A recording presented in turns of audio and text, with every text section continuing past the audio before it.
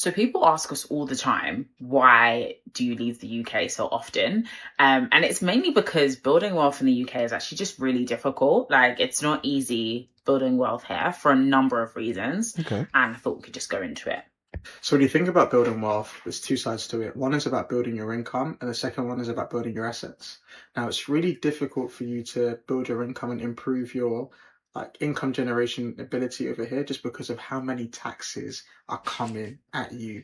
Council tax, CGT if you own a company, corporation tax, etc., etc., etc. There are just too many taxes.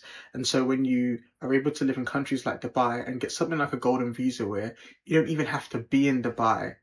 So you can get the golden visa and then travel everywhere else, but still get all the tax benefits. Why wouldn't you leave the UK? And then the second thing about building wealth. Now, I don't know if you've ever heard the saying, a rising tide lifts all boats. The idea is that if something is increasing, even if you only have 1% of that, like you're going to do well. Now, in the UK, the last 2 years or so, things have just been whereas when you travel to places like Dubai, as an example, Dubai. everyone's so entrepreneurial. Everyone's thinking about what they can be doing to grow. Even the government are thinking about how they can be investing to make things better. And so why would you want to be in the UK where things seem like they're going in the other direction, when in places like Bali and in places like Dubai, everyone's got this growth mindset. And so that's pretty much why we've decided that although the UK is great for so many reasons, at least for right now for us, it just isn't right. And it's a sacrifice. Like you're leaving your home, you're leaving your family. You're not building the houses that all your friends are building, but what you are building is the cash flow. And hopefully when we come back to the UK, we will be in a better position because we built our cash flow up. And we haven't allowed it to be drained. Okay. Now, firstly, this couple are trying to convince me. Let me know in the comments below if we should all go. Just throw in the comments, let's go. But one thing I will say is this guy must like Dubai. Dubai just came out again and again and again. And I assume that's because probably that's where they're going to or frequenting or going and coming back. Now, I must say I'm slightly biased. I do have clients who I've helped become financially free and they've decided to go and live in Dubai. So, I don't know, right? I've never visited Dubai myself to date. My wife has visited Dubai. This was years ago before the whole fad of everyone else going there. But I don't know. Like, I think the challenge is watching this, hearing a couple talk about the two things are accumulation and retention of wealth, right? So accumulating wealth and retaining wealth and saying that there's so many taxes which make it difficult to accumulate wealth, but yet they still come back and yet they still want to come back in the future. That's what for me is a bit of a challenge. Now, I've got no issue with people going where they desire to go. I remember one of my coaches said to me when I was about 21 years old, he said, Samuel, go where you're celebrated and not where you're tolerated. That's something I've lived by. So if you are being celebrated as an entrepreneur in Dubai, go to Dubai. If you're being celebrated in a space, and I mean genuine celebration. I think I've got to stop and actually break this down. I mean genuine celebration. I don't mean you're being celebrated for what you bring. You're being celebrated because you're going to make us more money. You're being celebrated because you're an asset to us, right? Wins should be mutual. Like I'm all about win-win. Like win-win is my thing, right? It says literally win right here, right? I'm all about win-wins. But a win is not a win for one. A win is a win for the sum. So if going to Dubai is a win for you and the economy and the community, then by all means, like go to Dubai, like go where you are celebrated. Don't stay in a place where you're just tolerated. That is my strongest belief. A coach gave me that belief a number of years ago, 20 some years ago, and I stick by it. So this is why I said, I think they're maybe even convincing me, this couple might even be convincing me to leave, right? But the reality is this. The landscape is the landscape wherever you go. Now, I'm not saying the landscapes are all equal. I'm not saying in Dubai it's exactly the same as the UK. I'm not saying in the UK it's exactly the same as Armenia. I'm not saying in Armenia it's exactly the same as Turkey. I'm not saying in Turkey it's the same as Singapore or Bali or Thailand. That's not what I'm saying. What I'm saying is the landscape wherever you go. I.e., if you understand the UK landscape, then you know the landscape you're working with.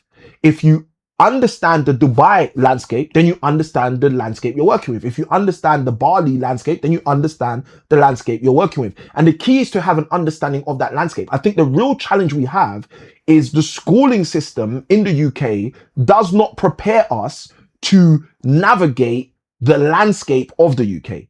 And then what happens is people act like nothing works here because they haven't figured out how it works here. And those who have figured out how it works here, guess what? They are here. They're not going anywhere. And the reason they're not going anywhere is because they understand the benefits of being here. Now, it's interesting, like I shared, watching a video where a couple are saying the reason they travel so often, they go to, I assume, Dubai so often, is because it's challenging to accumulate wealth here and retain wealth here, but yet they keep coming back here and saying there's so many things here that are beneficial, right?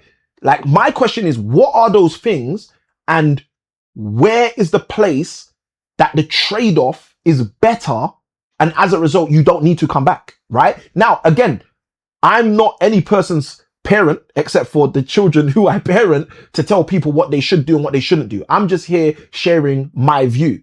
And from my view, I would be someone, if I was going to leave, who would say, and this is me, this is my perspective, who would say, where am I going to go where I don't need to come back? Where am I going to go where everything I desire here is there? And that way I don't have to be in between here and in between there. I don't like, because I don't know if that's beneficial, because, okay, let me break this down from an actual technical perspective so that it's clearer, A, my understanding of this field, but then B, why I'm saying what I'm saying, right? The UK has a specific kind of tax system, and tax is the main thing they said is stopping, preventing, or reducing their ability to increase accumulate assets and retain assets, right? So there's a specific kind of tax system in the UK. For those of us who don't know, that specific UK tax system is a constituent tax system which sticks with you. So what that means is no matter where you go in the world, unless you renounce tax residency. Now, this is why this is important. If you relinquish, you give up, you renounce your tax residency as a UK resident, a few things happen. All right, you end up becoming subject to what they call the SRT test, right? That's the standard test. Now, what are those standard tests? Those tests, there are around 4 different tests where they test if you really have left the UK. Because if you haven't really left the UK, guess what's going to happen? And I don't want to be the bearer of bad news, but I am a strong believer that many entrepreneurs, business owners, people that think they've left the UK to go to Dubai have not actually really left the UK. And as a result, they're going to have to pay. Okay, that's my strong belief, right? And you might ask the question, Samuel, why do you have that belief? Because if they've left, they've left. Well, the reason I have that belief is because I like doing research. I like reading. I like figuring things out. And one of the things I figured out is about the great exodus that many people are taking. A lot of people don't actually have the financial wherewithal, let alone the team to actually really manifest that dream. And what do you mean by that, Samuel? They don't have the team to manifest the dream. A lot of people haven't put the right legal, immigration, etc. pieces in play so that they can understand how it actually works. So for example, yes, you can fly to Dubai tomorrow. And yes, if based on your visa situation, you can stay in Dubai for the next 3 years, 5 years, 10 years, golden visa, they mentioned, so 10 years or whatever it is, right?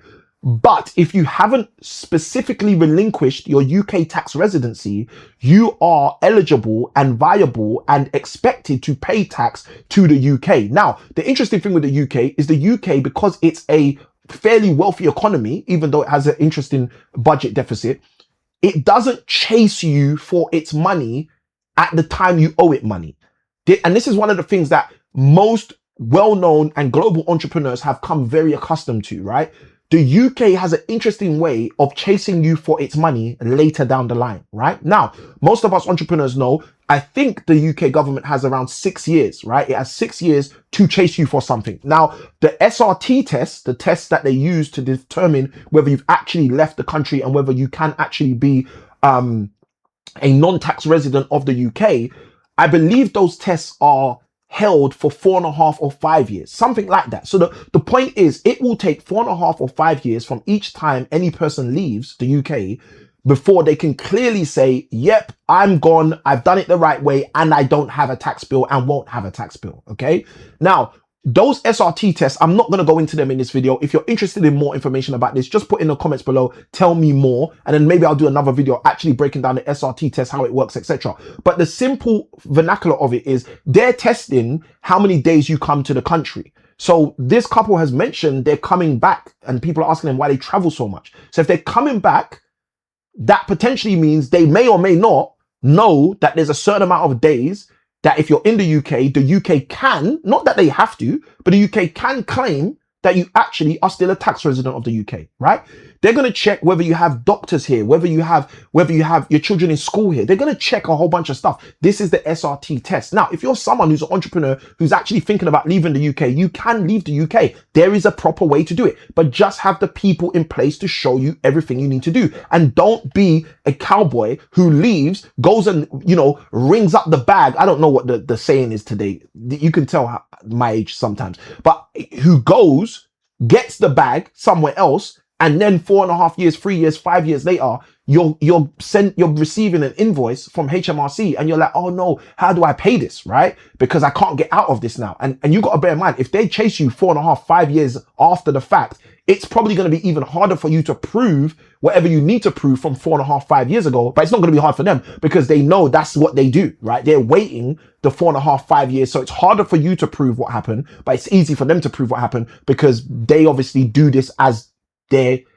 mode of operation. So hopefully this makes sense to you. If there's more I can break down, let me know in the comments below. If there's a specific angle or aspect of this video that you're like, Samuel, you know what, you actually touched on this and I'd like you to go a bit deeper on that, let me know in the comments below. Like I said, they're kind of convincing me that I should go where I'm celebrated and not just where I'm tolerated. So I don't know. They nearly got me on this one. Maybe they did get me. I don't know. We're gonna have to see. But the point I'm making is, if you're gonna go, I'd encourage you to go. Just go, cut your ties. Maybe it's family that they've got here, so maybe that's why they're back. I don't know. But guys, whatever we're going to do, let's figure out how it needs to be done so we can make sure we do it and what we're trying to do will come through. With this being said, I always say small keys open big doors. Remember, if you got value from this video, to like, comment, subscribe. I'd love to hear your views in the comments below. And with all of that said, Samuel, ICanWin, I'm signing out. Good day. God bless. I'll see you on the next one. Let's go.